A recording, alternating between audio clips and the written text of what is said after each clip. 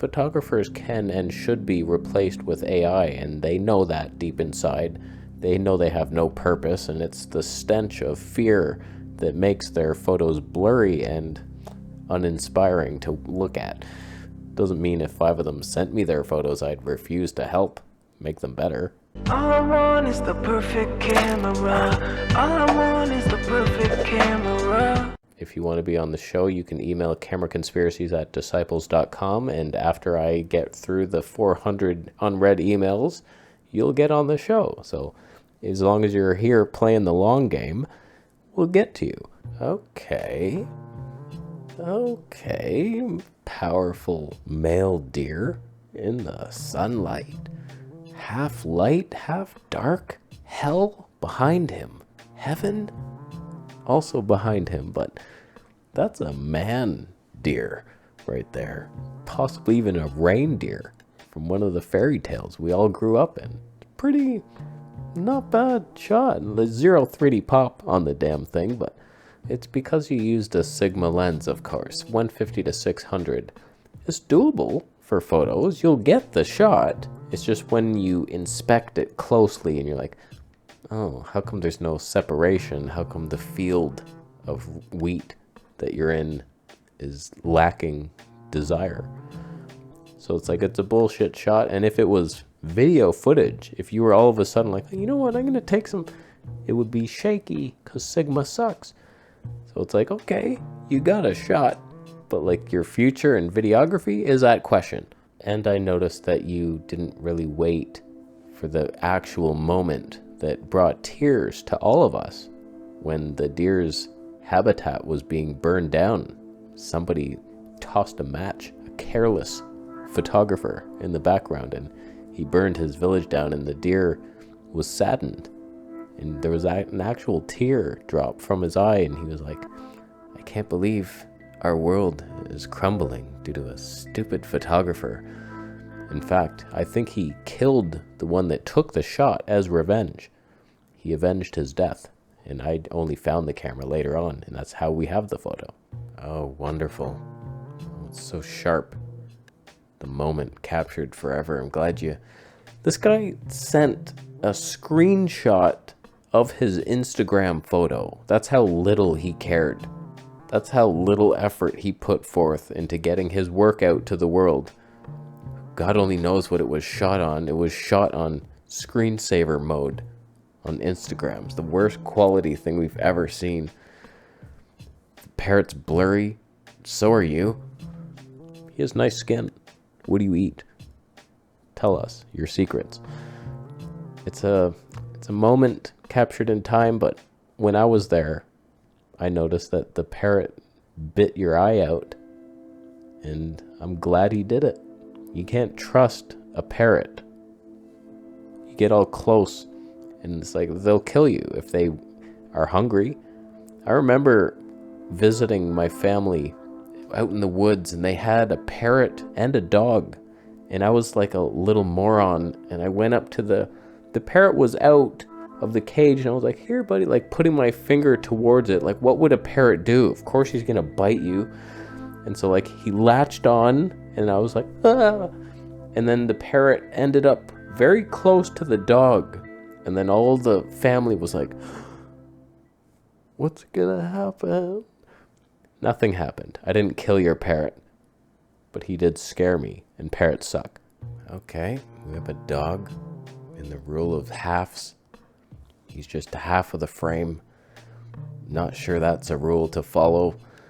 Not a lot happening here, but whatever. I'm sure it was a peaceful morning for you, but I don't know why you're sending this into a photography award show.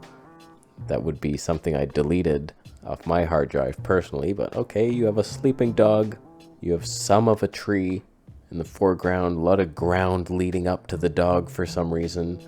You're not a landscape photographer using that rule. Oh, have a foreground element. Your mom should have sat there. I'll leave. Background, probably micro four thirds or something. What is this? A Canon M50. Yeah, no wonder. Oh, no wonder. EF to EF-M adapter with the EF 32mm 1.4. That's not even a thing. So thank you for lying to us all. That's not a lens. It's either you're using the EOS M lens 32mm 1.4 or you didn't adapt anything. So photographers, proven liars, but whatever. Thank you for sending this bullshit shot in. Thanks for writing text on the thing and ruining the photo. When I was there, I noticed there was a wolf just looking at the dog saying, "Is that what I evolve into one day?" That's weird. And the dog, unaware of its ancestors, staring at him, offering advice for the future. It was a moment in time that you couldn't recreate if you tried. I waited for the wolf.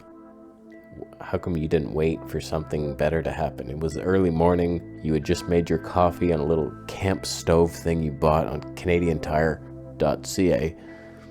It's a bullshit thing. I hope it works 7 more times. You get your money's worth. My shot's better. Okay. I'm not sure what we're supposed to be feeling here in this moment. You have a dog looking off into nothing. It's a little creek. You're there.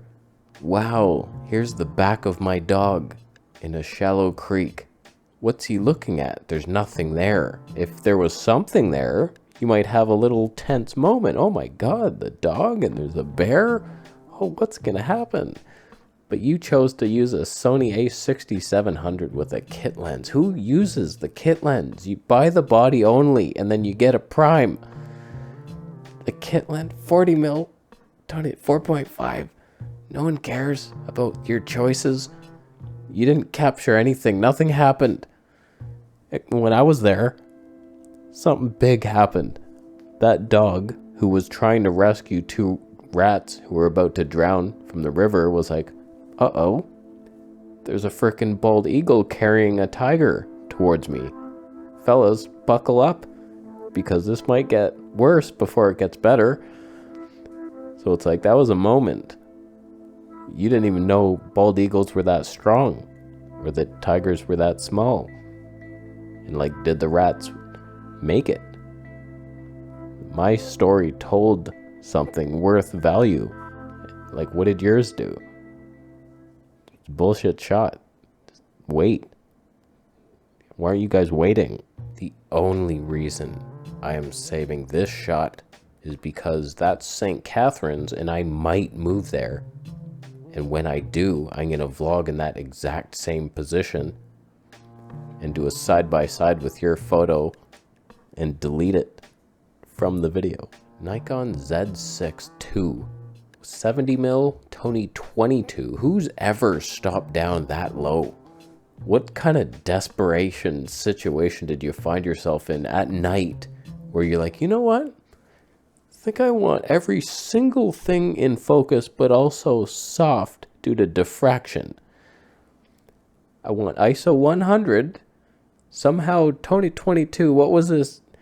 Your shutter speed like 1/1. Were you on a tripod and 40-second shutter? I exposed it. There's nothing here. That's a bridge. No one's coming to your stupid town. You know why they're not coming? Because it's haunted. When I was there was Pennywise, the clown, was like showing me my own fears. I was like, this ain't right. I don't want to be here. This is terrible. It's a terrible place to be. It's a clown. He's an evil clown on a bridge at night. This is what Nikon users do with their lives. I was in focus for a generous portion of today's episode, and I do thank manual focus technology for that. Voigtlander, 35mm 1.2, of course. Thank you for sending these bullshit shots, and I will try to pick better ones and delete the obvious scams that you're sending me here. Just like you're trolling me at this point.